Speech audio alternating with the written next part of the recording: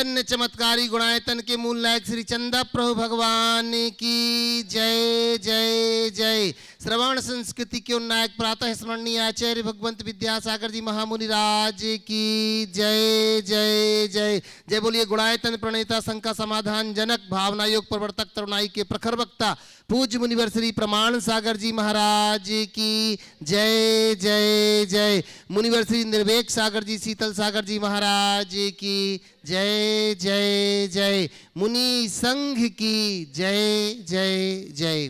प्रिय बंधुओं, तीर्थराज सम्मेद शिखर की तलहटी गुणायतन परिसर में आयोजित देश के सर्वाधिक लोकप्रिय कार्यक्रम शंका समाधान में यहाँ उपस्थित एवं देश विदेश से जुड़े हुए सभी श्रद्धालुओं का, जो कि पारस चैनल, जनवाणी चैनल एवं प्रामाणिक ऐप के माध्यम से इस कार्यक्रम का सीधा प्रसारण देख सुन आनंद ले रहे हैं, उन सभी का मैं गुणायतन और श्री सेवायतन परिवार की ओर से हार्दिक हार्दिक अभिनंदन करता हूं। बंधुओं, यह कार्यक्रम प्रारंभ करें उसके पूर्व अपन चलते हैं मुनि संघ के चरणों में वंदन कर आशीर्वाद की मंगल भावना को लेकर के मेरे साथ आप सभी शामिल हो जाएंगे। भो स्वामी नमोस्तु नमोस्तु नमोस्तु। बंधुओं, आप सबको विदित ही है कि गुणायतन का कार्य बड़ी तीव्र गति से चल रहा है, जिसमें अनेक लोग अपनी सहभागिताएं दे रहे हैं। आज हमारे बीच में जिन्होंने अपने आप को गुणायतन से जोड़ा है, मैं बड़े सम्मान के साथ उन्हें मंच पर निवेदन करता हूं, कृपया मंच पर आए। गोल्ड प्लाजा ज्वेलर्स, रामजी दास प्रेमचंद जी सराब ग्वालियर से हमारे बीच में श्री महेश कुमार जी, लक्ष्मी जी, पंकज जी, प्रियंका जी, संभव जी, ऋचा जी, प्रतीक जी, गुंजन, राम जी, धारवी, राघव जी, मैं निवेदन करता हूं पूरा का पूरा परिवार यहां आएगा और जिनकी प्रेरणा से आज जी यहां पर पहुंचे हैं राजीव जी, अशोक जी, जो कि गुणायतन के ट्रस्टी में, उनसे भी निवेदन करता हूं कृपया आप आएं और इनका अभिनंदन करेंगे। साथ ही मैं हरीश जी से निवेदन करूंगा कृपया आएं, इनके अभिनंदन में आपकी सहभागिता हो। जोरदार जोरदार तालियों के साथ इन्होंने अपने आप को सूत्रधार के रूप में गुणायतन से जोड़ लिया है। बंधुओं, इनके दान की अनुमोदना करते हुए इनका अभिनंदन करते हैं। जोरदार जोरदार तालियों के साथ इनका अभिनंदन। बंधुओं, यह बड़े सौभाग्य के क्षण है हमारे कि हम गुणायतन से जुड़ पा रहे हैं और आपसे भी निवेदन करूंगा कि आप लोग भी अपने जीवन में अगर सम्मेद शिखर जी आए हैं तो गुणायतन से जरूर जुड़िएगा बंधुओं, क्योंकि यह वह ऐसा उपक्रम है जो कि आने वाली कई कई सदियों तक जैनत्व की गौरव गाथा गाता रहेगा। आगामी बंधुओं,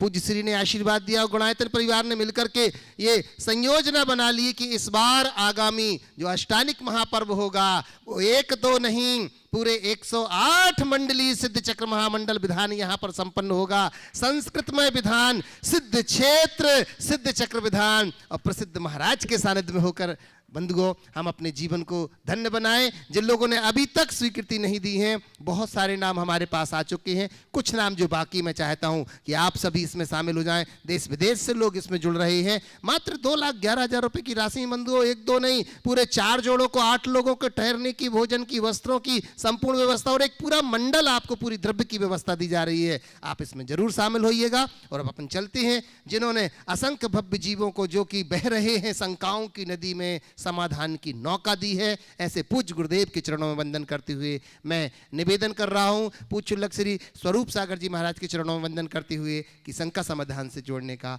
आपका यह मुनि तरह के चरणों में बारंबार नमोस्तु। प्रथम ऑनलाइन प्रश्न के रूप में रश्मि जी जैन जयपुर से नमोस्तु पूर्वक प्रश्न कर रहे हैं महाराष्ट्री कि कई बार कुंडली में विवाह संबंधी कुछ दोष होते हैं और पंडित जी उसका समाधान घट विवाह के जरिए बताते हैं, लेकिन उसमें अन्य देवों की पूजा करनी होती है, तो क्या जैन धर्म में घट विवाह का कोई प्रावधान है? देखिए, कुंडली के मिलान के संदर्भ में मैंने अपने अभिमत अनेक बार प्रकट किए। ये सवाल बार बार आता है, मेरा इनमें विश्वास ही नहीं, इसलिए इस संदर्भ में मैं कुछ भी सलाह नहीं दूंगा। मैं अनेक बार बोल चुका हूँ, कुंडली मिलाने की जगह मेंटल वाइब्रेशन मिला तो जीवन धन्य होगा। बाकी इन सब चीज़ों में कुछ सार नज़र नहीं आता। ऐसे अनेक लोग हैं जिनके 36 गुण मिले और 36 का आंकड़ा रहा, और ऐसे अनेक लोग हैं जिनने कुंडली नहीं मिलाई और शानदार पारी चल रही। इसलिए ये आपका अपना व्यक्तिगत मत हो, आप जैसा करना चाहें कर सकते हैं। आंचल जैन बहराइच से नमोस्तुपूर्वक प्रश्न कर रहे हैं महाराष्ट्री कि मेरी उम्र 25 वर्ष है, मैं अभी अभी भारत सरकार के पर्यावरण, वन एवं जलवायु परिवर्तन मंत्रालय नई दिल्ली में सहायक निर्देशक भारतीय संघ की सेवा की पोस्ट पर पोस्ट हुई हूँ। गुरुदेव हमें ऐसा मार्गदर्शन दीजिए कि इस पोस्ट पर पहुंचकर मैं अपने देश के साथ साथ अपने धर्म और समाज की सेवा निष्पक्ष और निर्भीक होकर कर सकूं, जिससे मैं अपने जैन होने का मान रख सकूं और अपने धर्म का प्रचार प्रसार भी कर सकूं। बहुत ही गरिमापूर्ण बात है कि भारत सरकार के पर्यावरण एवं जलवायु जी वन और जलवायु परिवर्तन विभाग में सहायक निर्देशक के दायित्व को आपने प्राप्त किया है। निश्चित मैं तो यही कहूँगा कि जो विभाग मिला है उसमें जैन धर्म की आत्मा जुड़ी है। पर्यावरण की रक्षा, वनों की सुरक्षा जैन धर्म का मुख्य ध्येय है। आप अपने कार्यों को उसी निष्ठा के साथ संपन्न करते रहे और अग्रसर हों, मेरा यही आशीर्वाद। अब प्रश्नों के लिए से चलते हैं मंचासीन मुनि संघ के चरणों में, और सर्वप्रथम निवेदन है पूज्य शुल्क से 105 सुभग सागर जी महाराज से कि अपने प्रश्न के माध्यम से हमें लाभान्वित करें। पूज्य मुनि श्री के श्री चरणों में बारंबार नमोस्तु नमोस्तु नमोस्तु। महाराज श्री, आपके द्वारा एक सूत्र दिया गया था कि अधर्म नहीं करना ही सबसे बड़ा धर्म है। तो महाराज जी, जो व्यक्ति अधर्म करता है वो ये तो जानता है कि धर्म के अंतर्गत क्या कौन सी क्रिया आती है, पर वो ये नहीं जानता कि वो स्वयं जो कर रहा है या उनके द्वारा जो हो रहा है वो अधर्म है या नहीं है। तो महाराज जी, अधर्म के अंतर्गत क्या आता है, इससे स्पष्टीकरण करने की कृपा करें ताकि वो भी इस सूत्र का दृढ़ता के साथ पालन करें। नमोस्तु। अधर्म क्या है? बात बिल्कुल सही है। अधर्म को जानने के लिए अगर एक पंक्ति में मुझसे पूछो तो एकदम व्यवहारिक भाषा में मैं कहूँगा, दूसरों का तुम्हारे प्रति किया जाने वाला जो व्यवहार तुम्हें बुरा लगे, सामने वालों के प्रति वैसा व्यवहार करना अधर्म है। और सामने वाले का जो व्यवहार तुम्हें अच्छा लगे, सामने वालों के प्रति वैसा ही व्यवहार करना तुम्हारा धर्म है। तो जब इच्छसि अपनतो जम चन इच्छसि अपनतो तब इच्छ परस्सव्य इत्तिगम जिन शासनम। जैसा तुम अपने प्रति चाहते हो और जैसा तुम अपने प्रति नहीं चाहते हो, सामने वाले के प्रति भी वैसा ही व्यवहार करो। जिन शासन का सार यानी धर्म का सार केवल इतना ही। तो एक पंक्ति में तो इतना ही कहूँगा। अगर और विस्तार से बात करूं, जिसमें हमारी मर्यादा का हनन हो, जहाँ नैतिकता खंडित हो, जहाँ प्रामाणिकता नष्ट हो और जहाँ संवेदनाओं की उपेक्षा हो, उसका नाम अधर्म। यदि इन बातों को हम ध्यान में रखकर चले तो मैं कह सकता हूँ कि हम अपने अधर्म से, हम अपने आप को अधर्म से दूर रख रहे।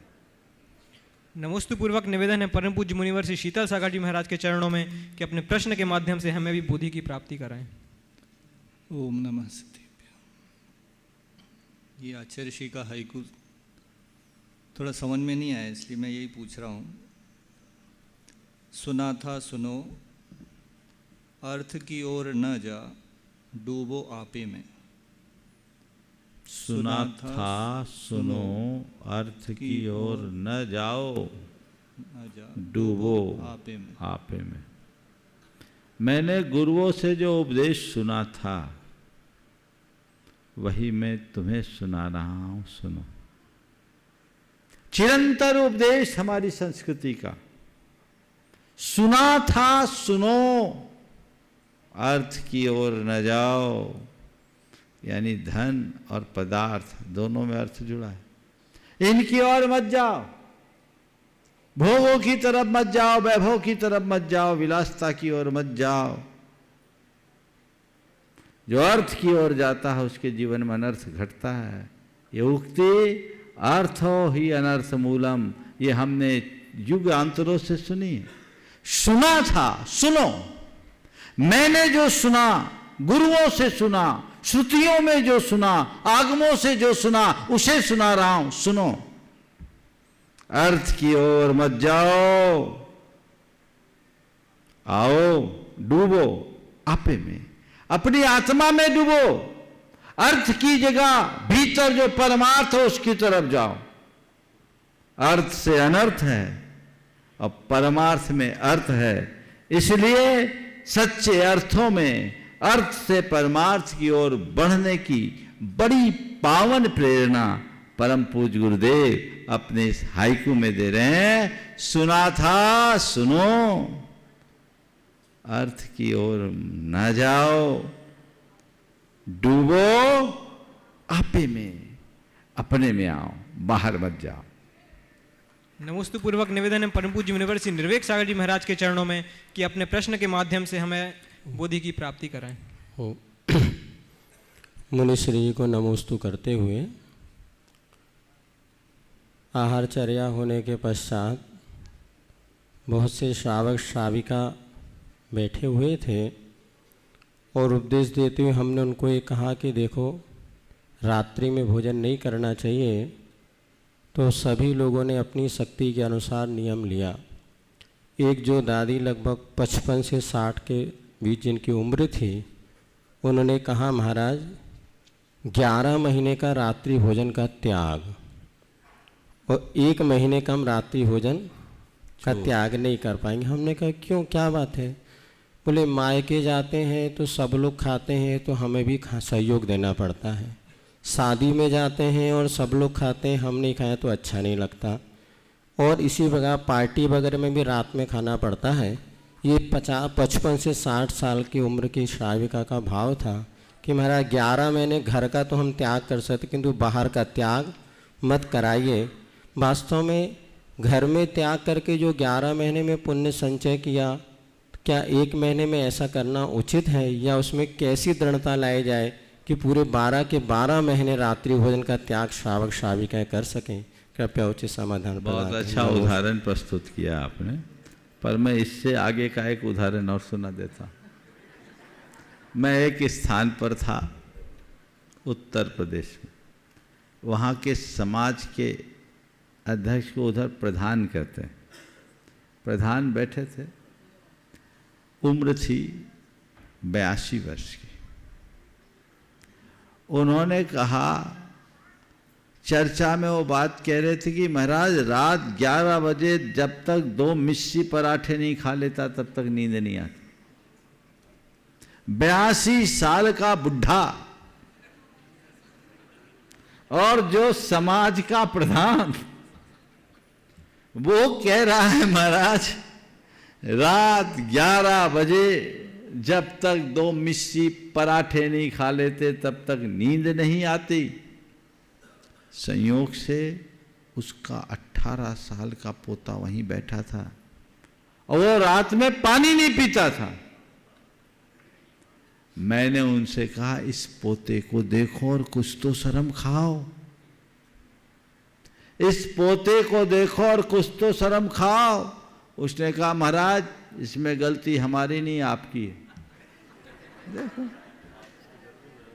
गलती हमारी नहीं, गलती आपकी। मैंने कहा क्या मतलब? बोला आप इसकी उम्र में हमें क्यों नहीं मिले? अब तो हम पके पान हो गए महाराज, सुनते सब है पर स्वीकारने की नहीं बनती। ये बड़ी विचित्र बात है। जिस संदर्भ में महाराज श्री ने बात उठाई वो बहुत ही गंभीर और मनन करने योग्य है। आप कितना भी त्याग करो, यदि त्याग के प्रति निष्ठा का अभाव है तो त्याग का कोई अर्थ नहीं। 11 महीने रात में नहीं खाओ और 1 महीने खाओ तो सब मठिया मेट।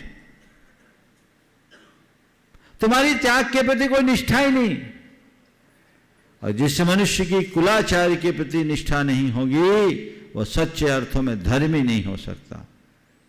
यदि धर्मी बनना है, धर्मी कहलाना चाहते हो तो धर्म को जियो। नहीं खाना तो नहीं खाना, क्या उसके बिना नहीं रह सकते? हमारे लिए हमारा आचार की मर्यादा महत्वपूर्ण है या लोकाचार? आज भी मेरे संपर्क में ऐसे अनेक लोग हैं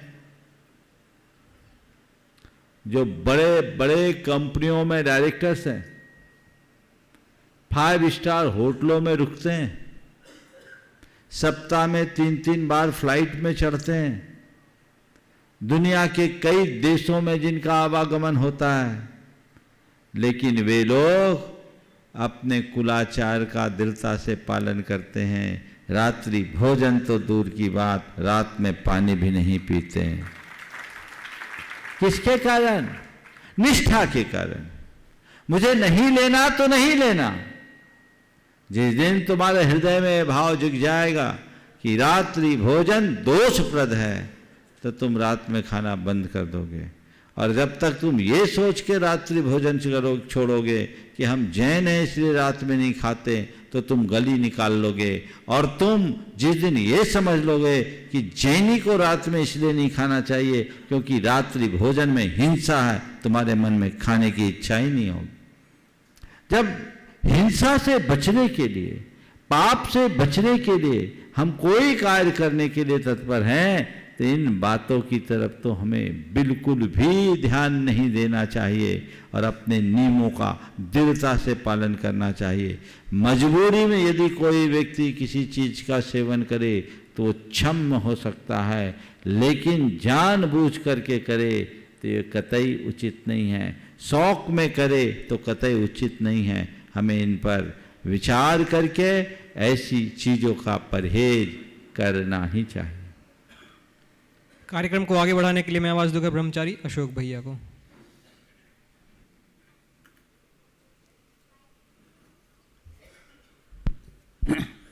आइएगा बंधुओं, सौभाग्य आपके हाथों में है। प्रत्यक्षता पूज्य श्री के पावन चरणों में आप अपनी शंकाओं को रख सकते हैं और आपके माध्यम से देश और दुनिया में अपने घरों पर बैठे हुए टीवी सेट के सामने जो पारस चैनल, जनवाणी चैनल और प्रामाणिक ऐप के माध्यम से इस लोकप्रिय कार्यक्रम को देख रहे हैं, सुन रहे हैं, उनके मन में आई हुई शंकाएं भी समाधित होंगी।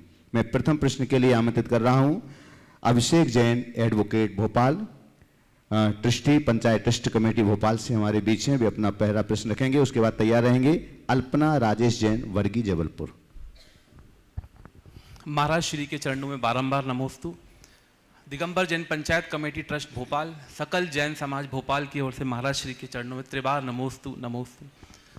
महाराज श्री, मेरा प्रश्न बहुत ही गंभीर भी है और सर्वव्यापी भी है, क्योंकि अभी कुछ दिन पहले मेरे संज्ञान में आया कि जैन समाज की कुछ बच्चियां ऐसे समाज की ओर, ऐसी कौम की ओर अग्रसर हो रही हैं जो कि बहुत ही गंभीर विषय है।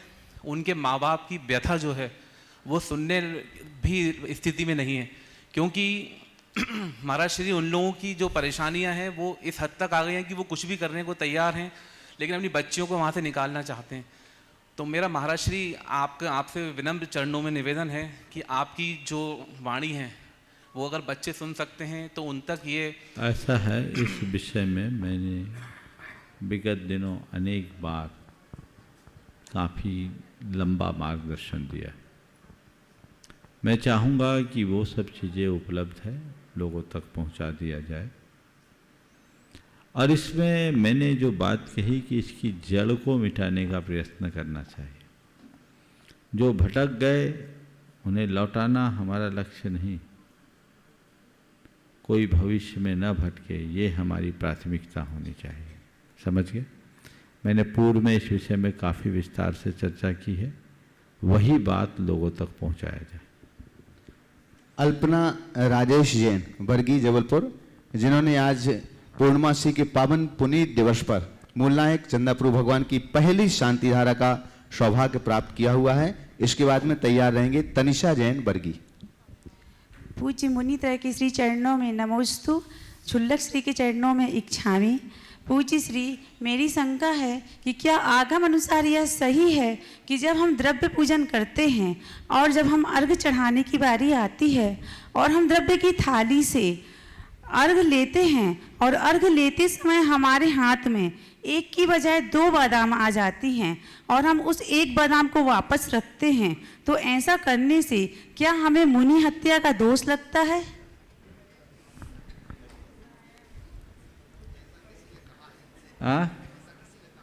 ऐसा किसी ने कहा है? जी महाराज जी, माता जी के प्रवचन चल रहे हैं। ओम नाम किसी का मत लो, मुझे नहीं मालूम किसने कहा और किस संदर्भ में कहा। जब तक मैं सामने वाले के संदर्भ को न सुनूं, तब तक मैं उस विषय पर कोई टिप्पणी करना उचित नहीं समझूंगा। लेकिन ऐसा करना ठीक नहीं, पर उसे मुनि हत्या निरूपित करना थोड़ा हजम नहीं होता। जी महाराज जी। बस मैं आप सबसे एक बात जरूर कहूँगा, हमारे कुछ ग्रंथ हैं जो भट्टारकों के द्वारा लिखे हुए, जो हमारे हैं भट्टारक पर नाम पूर्वाचार्यों का है। जैसे 2 ग्रंथ बहुत ही ज़्यादा हम सबको भ्रमित करते हैं। एक उमा स्वामी श्रावकाचार और दूसरा कुंद कुंद श्रावकाचार। चूँकि उमा स्वामी सबको सब परिचित हो, उमा स्वामी नाम से तत्वार सूत्र के रचयिता, और कुंद कुंद आचार्य तो हमारे मूल आचार्य हैं। तो जब उमा स्वामी और कुंद कुंद के नाम से कोई बात आती है तो हम लोगों को बहुत गहरा प्रभाव डालते। तो ऐसे कुछ श्रावकाचारों में जो भट्टारकीय हैं, उनमें कुछ इस तरह की बातें लिखी गई है। उनमें बहुत अच्छी बातें भी हैं, लेकिन वो कुछ चीज़ें ऐसी हैं जो हजम होने लायक नहीं हैं, जिसे किसी भी पूर्वाचार्य ने नहीं लिखा। इसलिए इन पर बहुत विचार करके चलना चाहिए। भट्टारकों के जो बहुत अर्वाचीन भट्टारक हैं, उनके द्वारा निरूपित ग्रंथों को, उनकी सब बातों को प्रमाण स्वरूप नहीं मानना चाहिए। जो बातें हमारे मूल पूर्वाचार्यों से मेल खाती है उन्हें स्वीकार करो, बाकी को नज़रअंदाज करो। तो ये जब भी उठाएं, द्रव्य रखें, तो हम उदारता रखें, ये चीज़ तो ठीक है, ये कहना अच्छी बात है। लेकिन अगर किसी ने उतार करके रख लिया, 2 में से 1 चढ़ाया, तो मुनि हत्या है। अब उसमें कभी कभी ऐसा होता है कि हमें अभी पूरी पूजाएं करनी है, दूसरी पूजा भी करनी है, हमने 4 फल रखे हैं तो 4 पूजा में 4 फल चढ़ाएंगे। अगर ऐसे एस्टिमेशन से आपने रखा है और हाथ में 2 आ गए, 1 हटा दिए, तो इसको एकदम से इतना बड़ा पाप मानना हजम होने जैसा नहीं। जहाँ तक आगमों का सवाल है, मैंने जितना आगम पढ़ा है, मूल ग्रंथों की बात मैं कर रहा हूँ, उनमें ऐसा कहीं कोई कथन देखने में नहीं आता। और आप लोगों से भी मैं यही कहूँगा, ज़्यादा इस तरह के ज्ञान पाओगे तो भ्रमित हो जाओ। उतना ही ज्ञान लो जितना हजम कर सको। ज़्यादा में अजीर्ण हो जाएगा तो लेने के देने पड़ जाए। डॉक्टर सोनल जैन वीना से हमारे बीच हैं, रिसर्च स्कॉलर ऑन भावना योग हैं, भावना योग के प्रेरक हैं। आप भी अपना प्रश्न यहाँ पर रखें। एक तनिषा का नाम लिया था ना, है, बोलो। नमोस्तु महाराज जी, क्षामी महाराज जी। महाराज जी, मेरा प्रश्न यह है कि जैन समाज सबसे पढ़ी लिखी समाज में आता है, इसका लिटरेसी रेट 94% है। ऐसे में मेरी कुछ फ्रेंड्स मुझसे ये पूछती हैं कि जब तुम्हारे यहाँ आहार देने का बात आती है तो ऐसा क्यों है कि नॉन जैन पर्सन और जैन पर्सन में इतना भेदभाव है, इतनी पढ़ी लिखी समाज होने के बाद भी? तो इसके पीछे का उन्हें क्या लॉजिक बताएं? उनसे एक बात बोलो कि यहाँ नॉन जैन और जैन पर्सन की बात नहीं, आहार दान हमारी संहिता से जुड़ा हुआ है, समझ गए? सबका अपना एक कोड होता है, कोड ऑफ कंडक्ट। उनसे कहो नॉन जैन और जैन की बात नहीं, हम तो सब जैन से भी आहार नहीं लेते, जो हमारी संहिता के अनुकूल उनसे लेते हैं। जो संहिता के विरुद्ध उससे नहीं लेते हैं। नॉन जैन अगर आहार देना चाहते हैं तो हमारी संहिता को स्वीकार करें, हम उस पर विचार करेंगे। पर संहिताओं को अगर हम स्वीकार नहीं करेंगे तो हमारी मर्यादाएं कैसे बनेंगी, समझ गए? तो इसलिए उनको ये बोलो कि तुम्हारे लिए हम इसलिए दूर नहीं कर रहे कि तुम नॉन जैन हो, तुम्हारे लिए हम इसलिए वंचित रख रहे हैं कि हमारी संहिता का पालन होना चाहिए, और जो उस संहिता के पालन करने में अक्षम हो जैन भी वंचित हो जाते हैं। तो व्यवस्था के साथ चलती, समझ गए? डॉक्टर सोनल जैन वीणा, और इसके बाद में तैयार रहेंगे वैभव देवल विद्यांजलि अहिंसा सौंदर्य भोपाल। मैं परम पूज्य गुरुदेव के चरणों में कोटिशा नमोस्तु करती हूँ और अपनी शंका व्यक्त करने के पूर्व मैं गुरुदेव की आज्ञा से उनके चरणों में अपने हृदय के कुछ उद्गार व्यक्त करना चाहती हूँ। बोलो। भावों का गीत नहीं, संक्षेप में। हाँ, संक्षेप में। भावों का योग निराला, मानो अमृत दे डाला। भावों का योग निराला, मानो अमृत दे डाला। सिद्धों की शाश्वत भूमि पर पावन तीर्थ बनाया। जनमानस के हृदय पटल पर गुणायतन है छाया। गुण स्थान की परिकल्पना, गुण स्थान की परिकल्पना हुई जहाँ साकारा रे। एक बार आप सभी में मेरे साथ जोर से जयकारा लगाएंगे। भावों का योग निराला, मानो अमृत दे डाला। ओम, प्रश्न करो जल्दी। गुरुदेव, मेरा प्रश्न ये है कि आज हमारे जो यंगस्टर्स हैं उनमें बहुत टैलेंट है, तो जैन समाज में बहुत लोग पैसे का दान देते हैं, तो हम युवाओं को कैसे इंस्पिरेशन दें कि वो अपने टैलेंट का दान दे सकें, जिससे आज जैसे जो गुणायतन जैसे प्रोजेक्ट हैं तो वो आगे भी ऐसे प्रोजेक्ट का निर्माण हो सके। सबसे पहले तो मैं चाहूँगा इस बहन का जोरदार करतल ध्वनि से अभिनंदन करें। ये रिसर्च स्कॉलर है और भावना योग पर अपना रिसर्च कर रही है, शोध कर रही है, पीएचडी का कार्य कर रही है, और ये पिछले 4 सालों में काफ़ी अच्छा काम भी कर रही है। तुम्हारे लिए आशीर्वाद है कि तुम्हारा कार्य ठीक रीति से पूरा हो। अब जो सवाल है दान का, बिल्कुल सही बात है। अर्थ का दान ही दान नहीं होता। अगर हमारे पास प्रतिभा है, योग्यता है, और हम दूसरों की योग्यता को आगे बढ़ाने का प्रयत्न करते हैं, तो वो भी बहुत बड़ा कंट्रीब्यूशन है। तुम्हारे माध्यम से मैं देश के उन सभी क्षमतावान, प्रतिभावान, योग्यता संपन्न और समर्थ युवकों से कहना चाहूँगा, तुम्हारे पास पैसा हो, तुम पैसा दे सकते हो, दो, लेकिन पैसेबाज ना हो कोई बात नहीं, तुम अपनी प्रतिभा से और लोगों को आगे बढ़ाओ, प्रोत्साहित करोगे तो ये हमारी संपूर्ण समाज को समर्थ बनाएंगे। बहुत सारे लोग ऐसे हैं हमारे संपर्क में जो अपनी पूरी की पूरी प्रतिभा का समाज हित में प्रयोग करते हैं, दूसरों को प्रोत्साहित करते हैं। और आज तो टेक्नोलॉजी का युग है, आप इस तरह की चीज़ों को बना सकते हैं। हमारे देश में ऐसे युवकों की कमी नहीं है, युवतियों की कमी नहीं है।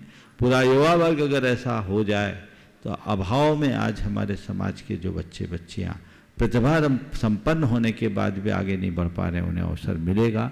हमें समर्थ समाज के निर्माण के लिए इस बात के लिए संकल्पित होना चाहिए। नमोस्तु गुरुदेव। वैभव देवल। नमस्ते महाराज। और इसके बाद में तैयार रहेंगे नेहा राहुल चौधरी ग्वालियर। महाराज जी, मैं पिछले 20 साल से अर्थ फ्लैट है इस पे मेरा रिसर्च चल रहा है, और इस हेतु मैंने आपसे जयपुर में भी चर्चा की थी और बाद में भी चर्चा की है। और अभी जो रिसेंटली चंद्रयान के ऊपर जो आपने बात बोली थी कि हम जब तृतीय काल से चतुर्थ काल में प्रवेश कर रहे थे तो 1 योजन ऊपर पृथ्वी उठ गई थी, उसका उल्लेख किसी ग्रंथ में मिलता है? आप तिलोपन्नति पढ़िए। तिलोपन्नति में आता है कि जब ये पंचम काल का अंत होगा, छठे काल का अंत होगा, धरती 1 योजन नीचे तक चूर चूर हो जाए, और जब काल की शुरुआत होती धरती उठती, तो ये काल के प्रभाव से ऐसा होता है और इसलिए उसको उस संदर्भ में देखना चाहिए। और जो हम कुलकरों के काल में ये बात मानते हैं, नदियाँ प्रकट हो गई, नाले हो गए, बरसात होने लगी, चांद तारे दिखने लगे, ये एकाएक हुए क्या? कोई ना कोई प्राकृतिक परिवर्तन हुआ और उस समय कुलकरों ने ऐसी व्यवस्था दी। इसको उस संदर्भ में देखना चाहिए। नमस्ते। नेहा राहुल चौधरी। पूज्य मुनिश्री के चरणों में बारंबार नमोस्तु।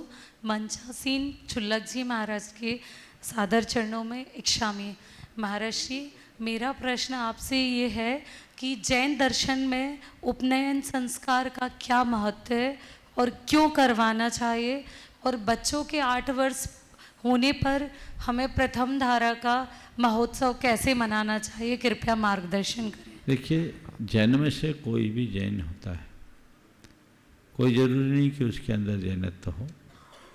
जैन धर्म के अनुसार 8 वर्ष की उम्र में ही कोई आत्मा मनुष्यों में सम्यक धारण करने की योग होता है।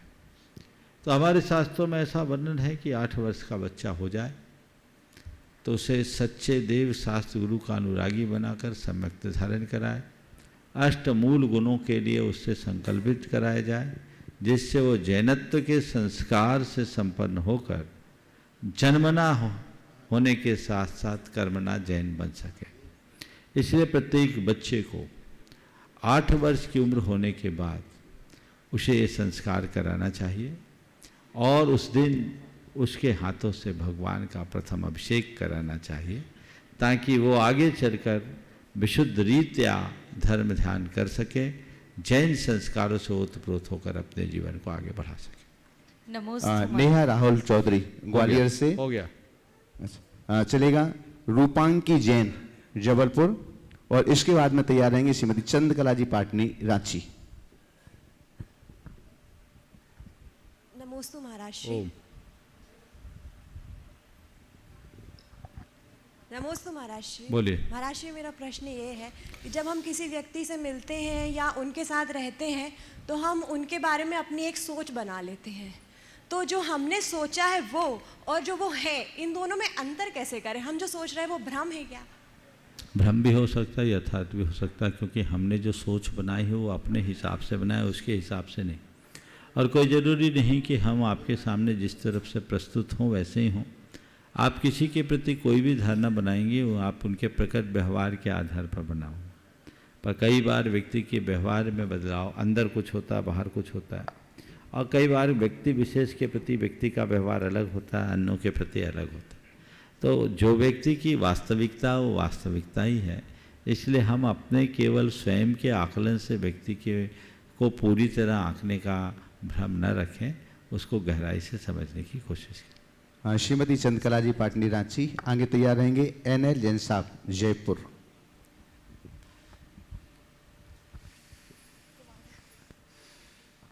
मेरी तरफ से जगत के सब जीवों की तरफ से दोनों मुनि राजों के चरणों में नमोस्तु। एलक जी महाराज, छुल्लक जी महाराज के चरणों में इच्छा में। महाराज श्री कहते हैं कि दुर्जन व्यक्ति का उपकार करने पर भी वो अपकार ही करता है।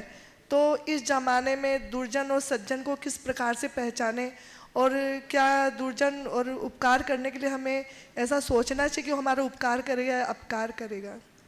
आपका 2 सवाल है। दुर्जन को हम कैसे पहचाने, सज्जन को हम कैसे पहचाने, और क्या ये जरूरी है कि अगर हम दुर्जन का उपकार करें तो अपकार ही करें? नीति की दृष्टि से ये बिल्कुल सही बात है कि दुर्जन का उपकार करने पर भी वो अपकार होता है, इसलिए दुष्ट को दुर्जन को सहयोग नहीं देना चाहिए। आपका जो पहला सवाल है कि हम दुर्जन और सज्जन की पहचान कैसे करें, देखिए, जन्मना न कोई दुर्जन होता है न कोई सज्जन होता है। न तो दुर्जन के माथे पे सींग उगी होती है, न ही सज्जन के सिर में तिलक लगा होता है। दुर्जनता और सज्जनता दोनों हमारे अपने आचरण के ऊपर निर्भर करती है। व्यक्ति की प्रवृत्ति कैसी है, सोच कैसा है, सोच कैसी है और व्यवहार कैसा है। सोच, प्रवृत्ति और व्यवहार के आधार पर हम उस व्यक्ति के व्यक्तित्व का आकलन कर सकते हैं। जिसकी सोच अच्छी, जिसकी प्रवृत्ति अच्छी और जिसका व्यवहार अच्छा है, हम उसे एक अच्छे व्यक्ति के रूप में देख सकते हैं और उसके साथ हम अपना अच्छा संबंध स्थापित कर सकते हैं। लेकिन इसके उलट जिनकी सोच, प्रवृत्ति और व्यवहार तीनों उल्टी है, गलत है, तो ऐसे लोगों से हमें दूरी रखना चाहिए। अब रहा सवाल, कदाचित किसी दुर्जन के प्रति हमने उपकार किया तो क्या वो हमारा उपकार करेगा ही? तो ऐसी नीति है कि सांप को दूध पिलाओगे तो भी वो डंस तो मारेगा ही। इसलिए यदि आप किसी का उपकार कर भी देते हो तो सांप को दूध पिलाओ, पर सुरक्षित दूरी से। सांप को दूध पिलाओ पर सांप को पालो मत। पालोगे तो झमेला पैदा कर देगा। और एक कहावत है, आस्तीन का सांप होना, तो और भयानक हो जाता है। तो दुर्जनों को कदाचित सहयोग देने से पहले सोचो, और दे भी दो तो उसको इतना निकट मत आने दो कि कल तुम्हारे लिए वो सिरदर्द बन जाए। श्री NL जैन साहब जयपुर, कोषाध्यक्ष गुणायतन। आगे तैयार रहेंगे राजीव जैन, अशोक जैन ग्वालियर, ट्रस्टी गुणायतन। परम पूज्यवर, सादर नमन, वंदन। दूसरे महाराज जी को भी नमोस्तु। शुल्लक महाराज जी जो विराजमान हैं उनको सब इच्छामी। महाराज श्री, मेरी जिज्ञासा पेशेंस हियरिंग के साथ संबंधित है। सुनना कैसे? तो महाराज जी, सचेत श्रवण क्या ये कला है? अगर कला है तो इसको कैसे डेवलप करें? बहुत अच्छा सवाल है। सचेत श्रवण, श्रवण अपने आप में कला है। धीरज के साथ जो सुनता है वही सही अर्थों में सुन पाता है। कई बार लोग एक दूसरे से जब बातचीत करते हैं तो दो तरह के लोग होते हैं। कुछ लोग ये होते हैं कि कोई सामने वाला बोला, उसकी बात पूरी होने के पहले ही अपनी बात करना शुरू कर देता है। और कुछ लोग होते हैं कि सामने वाले की पूरी बात सुनने के बाद अपनी प्रतिक्रियाएं देते हैं। तो पहले तो हम अपने आप को देखें कि हम कैसे हैं। यदि हमारे अंदर पेशेंस होगा, धैर्य होगा, तो हम सामने वाले की बात को पूरी तरह सुनेंगे और उसके बाद अपनी प्रतिक्रियाएं देंगे। क्योंकि कई बार ऐसा होता है कि सामने वाले ने जो बात की, आधी बात सुनी और हमने प्रतिक्रिया ऐसी प्रकट कर दी जो उल्टी हो, जबकि उसकी आगे वही बात होने वाली थी जो हम कह रहे। तो हमें एकदम धैर्य रखना चाहिए। कला ये बहुत बड़ी कला है। और तभी बोलिए जब ज़रूरत हो और उतना ही बोलिए जब ज़रूरत हो, तो बहुत अच्छी बात है। बोलने की कला, बोलना एक कला है, पर कब बोलना, कितना बोलना, कैसे बोलना, ये उससे भी बड़ी कला है। तो ये हमें ध्यान रखना चाहिए। आचार्य महाराज कहते हैं, जब वाचनाएँ होती थी तो बड़े बड़े विद्वान होते थे, धौला की वाचना, सतखंडागम की वाचनाएँ चलती थी। तो कई विषयों में बड़े बड़े विद्वानों में बड़ी तीखी बहस हो जाती थी। विषय ऐसे होते थे, गूढ़ विषय। और उन सब के बीच जिनेंद्र वर्णी 1980 और 82 की वाचनाओं में वो सागर में थे। मैं तो नहीं था, पर मैंने जो सुना वो आपको बता रहा हूँ। वो चुपचाप बैठे रहते थे, एक शब्द नहीं बोलते, सब विद्वान आपस में उलझ रहे हैं। और जिनेंद्र वर्णी जो उन सब में श्रेष्ठतम विद्वानों में एक है, जिनने जिनेंद्र सिद्धांत कोश लिखा 4 भागों में, वो चुपचाप बैठे रहते। जब सब बोल के चुप हो जाते और उनसे पूछा जाता, वर्णी जी आपका क्या अभिमत है, तो टू दी पॉइंट बात रखकर बाहर हो जाते। तो आचार्य महाराज कहते थे, ये है सुनने का धैर्य और बोलने की कला। ज्यादा बोलने से व्यक्ति प्रभावी नहीं होता, वक्त के अनुरूप बोलने वाला ही प्रभावी होता है। हाँ, कई बार ऐसा होता है कि समय की कमी है, सामने वाला जरूरत से ज्यादा बोलने वाला है, तो वो बोलते ही जा रहा है, उसके पास कोई व्यवस्था नहीं है। तो अपना समय बचाने के लिए वहाँ पर यदि आप थोड़ा आगे आकर के बोल देते हैं कि आप जो बोलना चाह रहे हैं मैं समझ गया। जैसे कई बार आप लोग जब सवाल करना शुरू करते हो तो मुझे बीच में टोकना पड़ता है।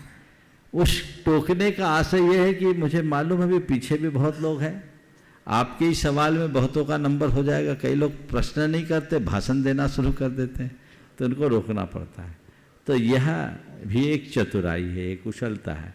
तो उस दृष्टिकोण से यदि आप किसी की बात को बीच में काटते हैं तो बुरा नहीं है, पर सामान्य तौर पर किसी की भी बातचीत के संदर्भ में पूरी सुनने के उपरांत ही अपनी ओर से प्रतिक्रियाएं देना सही होगा। खासकर घर परिवार में पति आया, उसने कुछ बोला नहीं और इससे पहले इधर प्रतिक्रिया, पत्नी की आधी बात सुनी और अपना रिएक्शन पूरा। तो ये जो चीज़ें हैं जो व्यक्ति को अधीर बना देता है, उससे हमारे सारे संबंध छिन्न भिन्न हो जाते हैं। इसलिए मैं आशा रखूँगा और अपेक्षा भी करूँगा कि आगे आप थोड़ा ख्याल रखोगे। नमस्ते महाराज। राजीव जैन, अशोक जैन, ग्वालियर ट्रस्टी गुणायतन। इसके बाद में तैयार रहेंगे श्रीमती सरला जी पाटनी, कोलकाता, मुंबई, शिरोमणि संरक्षक गुणायतन। नमोस्तु महाराज जी, नमोस्तु। मेरे परिवार की ओर से आपको नमोस्तु।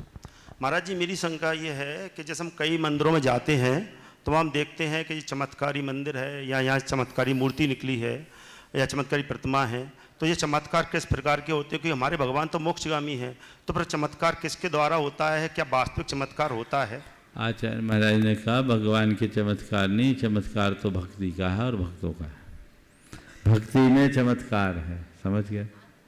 एक बार किसी ने बोला कि महाराज जी, हम लोग भूगर्भ से निकलने वाली मूर्ति को चमत्कारी मूर्ति कहते हैं, पर उस मूर्ति में इतना चमत्कार था तो भूगर्भ में गई क्यों?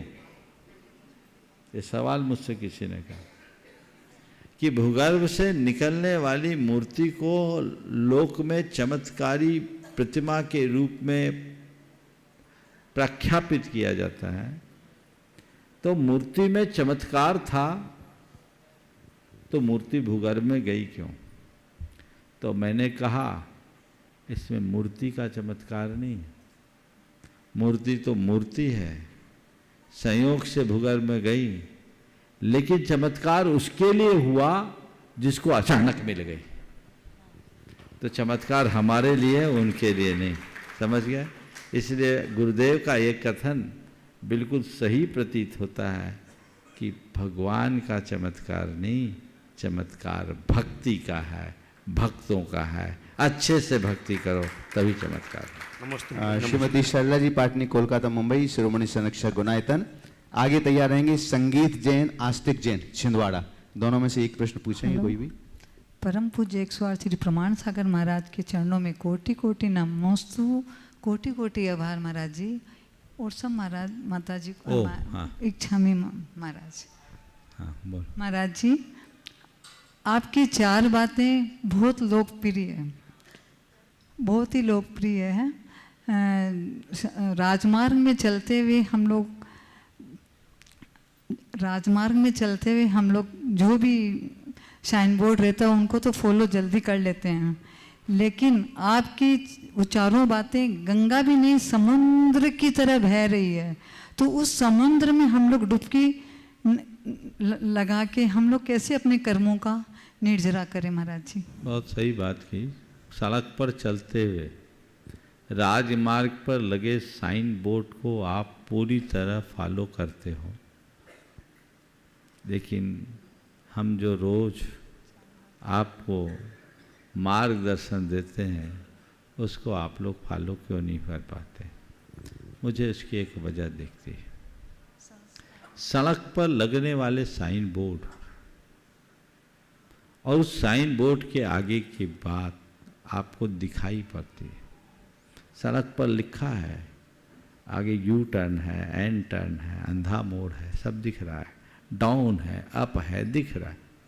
और ये रोज का अनुभव है कि जो साइन दिखाया, साइन बोर्ड ने जो लिखा वो आगे मिला, और जिसने उसका उल्लंघन किया उसका परिणाम भी सामने आया, वो रोज़ देखने में आता है, इसलिए लोगों का उस पर विश्वास जम जाता है।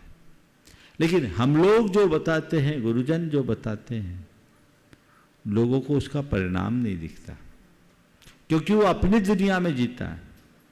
अगर हम लोगों की आंखों से देखने लगे तो उसका परिणाम भी दिखेगा, और जब परिणाम दिखेगा तभी अपने जीवन में कुछ बदलाव घटित कर सकेगा। इसलिए हमें परिणामों पर विचार करना चाहिए जो हमारे जीवन में परिवर्तन ला सके। संगीत जैन, आस्तिक जैन, छिंदवाड़ा, अगर आप रुके हैं तो एक जन कल कर लेना, आज एक जन ही प्रश्न करेंगे। आगे तैयार रहेंगे रोशनी अनिल जैन, जबलपुर, दृष्टि गुणायतन। महाराज श्री के चरणों में बारंबार वंदन है, सतत नमन है। भगवान, कल 30 अगस्त था और ऐसा एक शुभ संयोग है मेरे जीवन में कि उस दिन मेरा और मेरे पुत्र दोनों का जन्म दिवस एक ही दिन आता है। इसके जन्म के पहले मैं कभी शिखर जी की वंदन नहीं किया, लेकिन इसके जन्म के पश्चात एक ऐसा संयोग बनता है कि बिना संकल्प के भी प्रतिवर्ष मेरी शिखर जी वंदना हो रही है। तो मैं कल जब यात्रा के लिए निकल रहा था तो मन में एक ही विचार आ रहा था कि आज के इस परिवेश में जब मूल्यों और मर्यादाओं का अवमूल्यन हो रहा है तो हम किसे भाग्यशाली कहेंगे, वे जिन्हें संतान सुख मिलता है या फिर वे जिन्हें संतान से सुख मिलता है। मैं समझता हूँ इसका उत्तर यदि मैं आपसे ही पूछूं तो आप ही लोग उत्तर, या पब्लिक से पूछो, बोलो संतान का सुख मिलने वाले भाग्यशाली हैं या संतान से सुख पाने वाले भाग्यशाली? आप लोग किसको बोलोगे? तो बहुत अच्छा विचार रखा है। मैं समझता हूँ उत्तर स्पष्ट है, इसलिए आगे न कुछ न कहना ही ठीक है। लेकिन इस संदर्भ में इतना जरूर कहना चाहूँगा, संतान तुमने भाग्य से पा लिया, संतान का लालन पालन इस तरह से करो कि संतान से भी सुख पा सको। और ये तब संभव होगा जब आप अपने बेटे को बेटा बनाओगे। जो लोग अपने बेटे को IITN बनाना चाहते हैं, जो बेटे को डॉक्टर बनाना चाहते हैं, जो अपने बेटे को CA कराना चाहते हैं, जो व्यक्ति को अपने बेटे को IIM से MBA कराना चाहते हैं, वकील बनाना चाहते हैं, अधिकारी बनाना चाहते हैं, वह अपने बेटे को इंजीनियर, डॉक्टर, वकील, अधिकारी कुछ भी बना सकते हैं, बेटा नहीं बना पाते। और जो अपने बेटे को जन्म देकर बेटा न बना पाए वो बेटे का सुख कैसे पाएगा? इसलिए कुछ और बनाओ, उससे पहले बेटे को बेटा बनाओ ताकि वो तुम्हारे जीवन को बेहतर बना सके। रोशनी अनिल जैन, जबलपुर, ट्रस्टी गुणायतन। आगे तैयार रहेंगे शैलेंद्र मयूरी जैन, पथरिया। दो पीछे सीता से। हमारा अनुरोध है जिनके भी हम नाम लेते हैं, जब भी आपका नाम लिया जाए तो तुरंत अपने स्थान पर खड़े हो जाएं ताकि माइक आपके पास तक समय से पहुंच सके। दिगंबर जैन सोशल ग्रुप एवं अखिल भारतवर्षीय दिगंबर जैन महिला परिषद एवं समस्त परिवारजनों की ओर से गुरुवर के चरणों में नमोस्तु नमोस्तु नमोस्तु। महाराज श्री, एक मन में अक्सर शंका रहती है कि हमारा जैन समाज हर क्षेत्र में बहुत आगे है, चाहे वो धर्म का हो, चाहे व्यवसाय में हो, एवं अनेक ऐसे क्षेत्र हैं जहाँ पर वो बहुत आगे है। किंतु जब अनुशासन की बात आती है तो हमारा समाज इतने पीछे क्यों है? आप अपने विचार व्यक्त करें और सबको मार्गदर्शन। देखिए, ऐसा नहीं है कि समाज अनुशासन में पीछे, समाज अनुशासित है, बशर्ते हम वैसी व्यवस्थाएं बनाएं। हमारे यहाँ एक कमी ये है कि हमने सब जगह इस तरह की व्यवस्थाएं बनाई नहीं। अगर व्यवस्थाएं बना दी जाए तो आज भी समाज उसका पूरा पालन करने को तैयार है। हमें थोड़ी सी अपनी जो आदतें हैं उसे सुधारना होगा और सब जगह एक अनुशासन का वातावरण बनाना। बहुत नमोस्तु नमोस्तु। शैलेंद्र मयूरी जैन, पथरिया। नहीं, चलिए कृष्णन मित्तल, रामगंज मंडी, शीघ्रता के साथ में खड़े हो जाएं। आपके बाद में तैयार रहेंगे नमिता जैन, जबलपुर। बोलिए, प्रश्न बोले। नमस्ते महाराज जी। महाराज जी, मेरा ये प्रश्न था, मुझे कल सुबह वंदना करने जाना था। अगर मैं शौच के कपड़े में जाता हूँ और गलती से वो कपड़े अपवित्र हो जाते हैं तो फिर मुझे क्या करना चाहिए? देख के जाना चाहिए ताकि कपड़े भी पवित्र बने रहें और आपका शोध भी बना रहे। अब अभिषेक कर सकता हूँ महाराज जी? अरे जब हो जाए तब बोलना, अभी पहले से दिमाग में रखोगे तो अशुद्ध हो ही जाओगे, इसलिए सावधानी से जाओ ताकि दोनों काम बन जाए। नमस्ते महाराज जी। नमिता जैन जबलपुर, आगे तैयार रहेंगे। अभिषेक महाराज जैन जी। शमशाबाद। महाराज जी, जब हमारे साथ कोई गलत करता है तो हम उसकी क्रिया के साथ हमारी प्रतिक्रिया तुरंत हो जाती है, तो हम ऐसा क्या करें कि हमारी प्रतिक्रिया ना हो? क्योंकि जब हमें बुरा लगता है तो हम उसको साथ तुरंत उसका आंसर उसको गलत में दे देते हैं। अपना हाजमा बढ़ाओ, सहन शक्ति बढ़ाओ, छोटी मोटी बातों को पचाना सीखो, समझ गए? छोटा बच्चा कई बार बहुत गलत कार्य कर देता है, कपड़े गंदे कर देता है, लात भी मार देता है, थप्पड़ भी मार देता है, बुरा लगता है क्या? क्या सोचते हो? बच्चा है, नादान। ऐसे ही कोई अपने बीच का आदमी अपने साथ कुछ मिसबिहेव करता है, सोच लो नादान है, उसको इग्नोर करो, जितना बन सके उसे नज़रअंदाज करने की क्षमता विकसित करो, तभी ये कार्य हो सके। अभिषेक जैन शमशाबाद, आपके बाद तैयार रहेंगे श्रीमती स्नेहलता जैन सागर। महाराज श्री के चरणों में मेरे एवं मेरे परिवार की ओर से बारंबार नमोस्तु भगवान, नमोस्तु नमोस्तु। महाराज श्री, मैं ये जानना चाहता हूँ कि धर्म और कर्म के बीच में हम कैसे सामंजस्य मिलाएं ताकि धर्म के मार्ग से हम लोग जुड़े रहें और हमारे परिवार का कुकर्म छोड़ दो और कर्म को ही धर्म मान लो, समझ गए? कुकर्म से बचो, धर्म कर्म में अपने आप सामंजस्य बनेगा। चलिए श्रीमती स्नेहलता जैन सागर, आगे तैयार रहेंगे रश्मि गंगवाल डाल्टनगंज। मुनिद्वय के चरणों में नमोस्तु, छुल्लक जी के चरणों में इच्छामि।